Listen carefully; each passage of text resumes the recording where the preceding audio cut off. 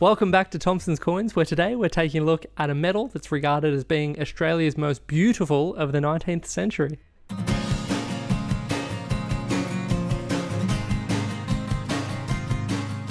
This is the 1854 Products of New South Wales Silver First Place Medal. This is incredibly significant. Not only is it very rare, it also represents Australia's introduction to the World Expo stage. So following on from the success of the World Expo in 1851 in London, Australia decided to join in, and in 1854 we held a domestic exhibition at the Sydney Museum, and this was an opportunity for a number of producers of various goods to demonstrate their wares with the hopes of being exhibited at the Universal Fair in Paris in 1855. In addition to being a very significant piece of Australian collecting history, the gentleman responsible for the design was none other than Leonard Charles Wyon from the Royal Mint. Any collectors who have any interest in medals and things of that nature will be very familiar with this name. He's a pretty big deal in the design scene. Okay, so let's actually take a look at the design, shall we? Here we have on the obverse the allegorical figures of Britain introducing Australia to France. Not only is this a really beautiful design, it also clearly borrows inspiration from Wyon's earlier work with the 1851 Great Exhibition Medal. And a detail that I quite enjoy is if you look closely at the bottom of the robes, you can actually see the name of each of the countries being represented there, with Australia closer to the waistband. And anyone with a keen eye will also notice the little kangaroo peeking out from behind Australia, so a nice little nod to Australian wildlife there as well. Then flipping over to the reverse is where I think the medal really shines. We have the text here, Products of New South Wales, Sydney 1854. We also have Leonard Wyon's initials just beneath the text there. And then running around the border, we have depictions of colonial life. We've got ships sailing into Sydney Heads. We've got agriculture as well as mining being depicted.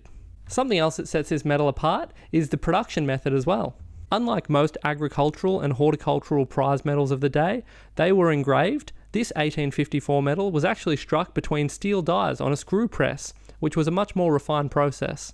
Now, without names being attributed to a lot of the medals, that is to say that they were often unnamed, some of them have the name engraved around the border, such as the example held by the Sydney Museum.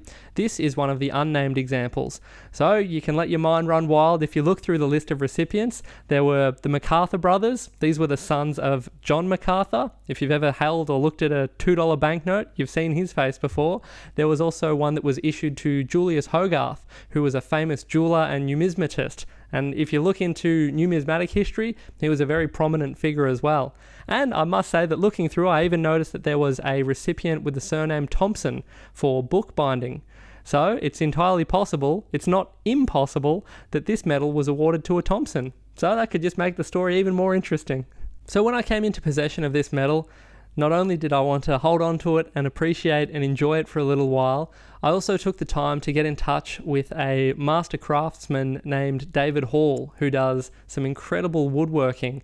And what he's done is, I think, really put together a whole package, I guess you could say. Given that this medal was issued as a products medal, this product, I guess you could say, the timber box that accompanies the medal, was handcrafted and specifically using timber that was sourced from New South Wales.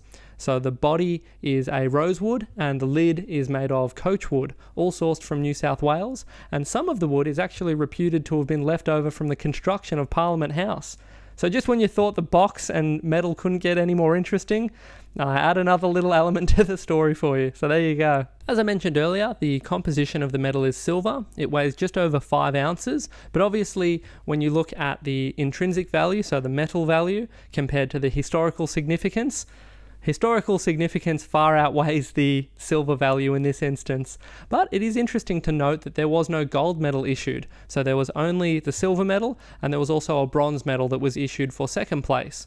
So kind of interesting when you think about that. You know, this is an example of silver being the top prize in this instance. And with only 48 issued, a number of these will be tightly held, either by descendants of the original recipients. There were also a number that were issued to museums and various institutions of that nature. So this type of medal is incredibly rare. I've only ever seen one example previously, and it's the type of thing that, as is often the case, and that's partially why I do these videos, not only to share my enjoyment of being able to handle things like this, but also really shine a light on these stories and make sure people are aware of these historically significant items that, if people don't talk about things like this, you wouldn't know of their existence. The fact that there are only 48 out there means that they're already incredibly rare, and if they're held onto and they don't make their way onto the market at all, it's a type of thing that people could forget about in a few generations. But I guess obviously because there are some held by museums and things like that, it's nice to know that they will still be displayed and appreciated, but it's then also nice to know that you can add something like this to your private collection and have a tangible link to a really interesting time in Australian history. I'll also just highlight one other nifty design feature, that is the presence of a little card insert into the lid of the box. So David has masterfully inserted this section where you can slide in a little certificate with some additional information on the medal. So it's just, a really, really nifty piece that goes along with a very interesting and historically significant medal. So there you go. I hope you enjoyed taking a look at this fascinating Products of New South Wales medal. It's coin collecting adjacent. So whilst it's not a coin, it's not a banknote, it has ties to Australian history, and I think is pretty significant in terms of a collectible piece. So if collecting is something that's of interest to you, the greatest hobby in the world, come on down to Thompson's Coins. We're here at Shop 8 in the Boronia Mall, which is 50 Dorset Square, Boronia. We're open from 10 till 4, Tuesday to Thursday. We're also here on Saturdays from 10 till 3. Otherwise, you can find us online. We're at thompsonscoins.com.au. Please subscribe to the channel if you enjoy learning a little bit more about Australian coins, banknotes, history, medals, all that sort of thing. We try and cover it all. That's it for now. Thanks so much for watching, and we'll see you soon.